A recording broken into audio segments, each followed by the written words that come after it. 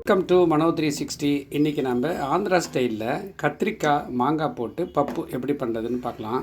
வாங்க வீடியோக்குள்ளே. மேங்கோ கத்திரிக்காய் பருப்புக்கு தேவையானது என்னென்னா, பருப்பு வந்து 3/4 கப்பு, பருப்பு வந்து 3/4 கப்பு ஊற வைக்கணும். ஊற வச்சுட்டு ஒரு அரை மணி நேரம் ஊற வச்சுருந்தேன். இப்போ வந்து அதில் 2.5 கப்பு தண்ணி ஊற்றிக்க போகிறேன். ஊற வச்சுருந்த 3/4 கப்பு பருப்புக்கு, பருப்புக்கு 2.5 கப்பு தண்ணி ஊற்றிக்கிறேன்.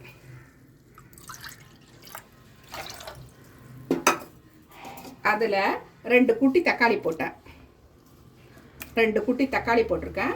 ஒரு 5 பச்சை மிளகா போட்டிருக்கேன். 5 பச்சை மிளகா போட்டிருக்கேன். ஒரு அரை ஸ்பூன் மஞ்சள் பொடி போட்டு கொஞ்சம் ஆயில் விட்டு நீங்கள் ஒரு 4-5 விசில் விட்டுக்கலாம். இப்போ ஒரு 3-4 கத்திரிக்காவை இந்த மாதிரி அரிஞ்சு போட்டுக்கோங்க. எல்லாம் கலந்து விட்டு ஒன்றா இப்போ 4-5 விசில் விட போகிறோம்.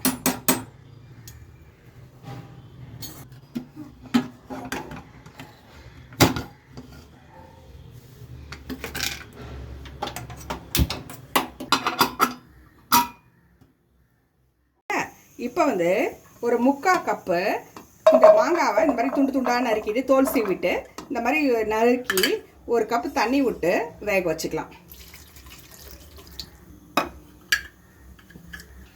இது நல்லா நைஸாக வேகிற வரைக்கும் வேகட்டும்.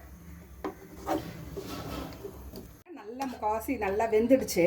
இப்போ என்ன பண்ணலாம், நைஸாக ஒரு பல்ஸில் போட்டு ஒரு லைட்டாக ஒரு கிரைண்ட் பண்ணி நைஸாக அரைச்சிக்கலாம் நைஸாக. இப்போ பாருங்கள், பருப்பு, தக்காளி, பச்சை மிளகா, இந்த இதெல்லாம் கத்திரிக்காயெல்லாம் எப்படி நல்லா வெந்துடுச்சு பாருங்கள். ஒரு 4-5 சவுண்டு விட்டு அருமையாக வந்துடுச்சுல்ல. இப்போ பாருங்கள், அந்த மாங்காவை வந்து எப்படி நைஸாக ஒரு பல்ஸில் தான் கொடுத்து அரைச்சிட்டேன். இந்த மாதிரி நைஸாக அரைச்சிட்டு வந்துடணும். அதை அதில் கலந்துக்கலாம்.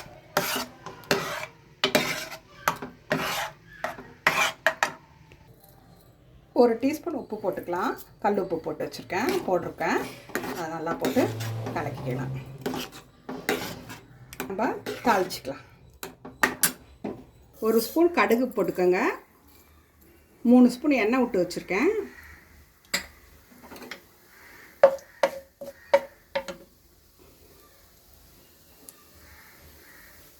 ரெண்டு காஞ்ச மிளகாய் போட்டுக்கலாம்.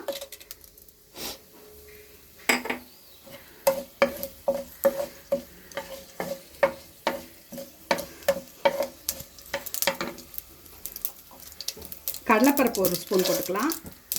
எல்லாம் ஒரு டீஸ்பூன் தான். அப்புறம் ஒரு அரை ஸ்பூன் போட்டுக்கலாம். சீரகமா?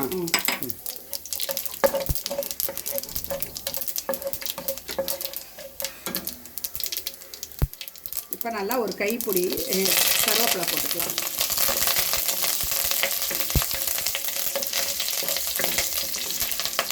ஒரு 7 பூண்டு பல் வந்து இப்படி தட்டி வச்சுருக்கேன். அதையும் போட்டுக்கோங்க.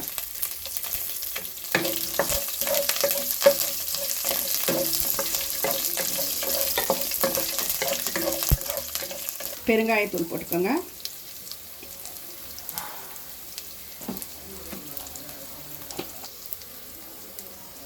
மஞ்சள் பொடி போட்டுக்கலாம். ஒரு அரை spoon. Teaspoon red chilli powder போட்டுக்கிறோம். குட்டி ஸ்பூனா?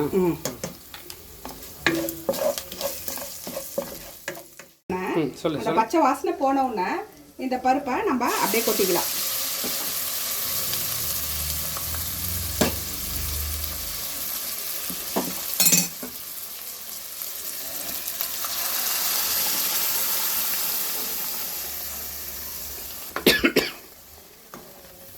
அந்த தண்ணியை கொஞ்சம் ஒரு அரை டம்ளர் தண்ணி போட்டு இதில் அப்படியே ஊற்றிக்கலாம்.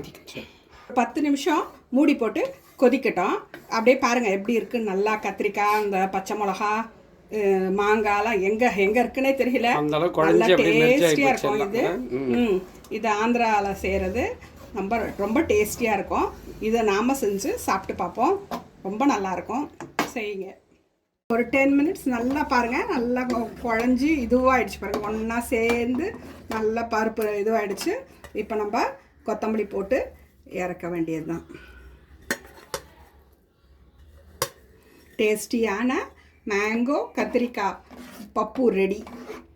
வாங்க சாப்பிட்லாம். இது எப்படி இருக்குன்னு கமெண்ட் பண்ணுங்கள். இது செஞ்சு பாருங்கள், ரொம்ப டேஸ்டியாக இருக்கும்.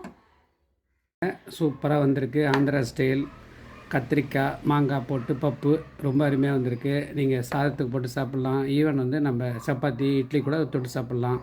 எப்படி இருக்குன்னு சொல்லிட்டு கமெண்ட் பண்ணுங்கள் செஞ்சு பார்த்துட்டு. இந்த வீடியோ பிடிச்சதுன்னா லைக் பண்ணுங்கள், ஷேர் பண்ணுங்கள், சப்ஸ்கிரைப் பண்ணுங்கள். அடுத்த வீடியோவில் சந்திக்கலாம். பாய்.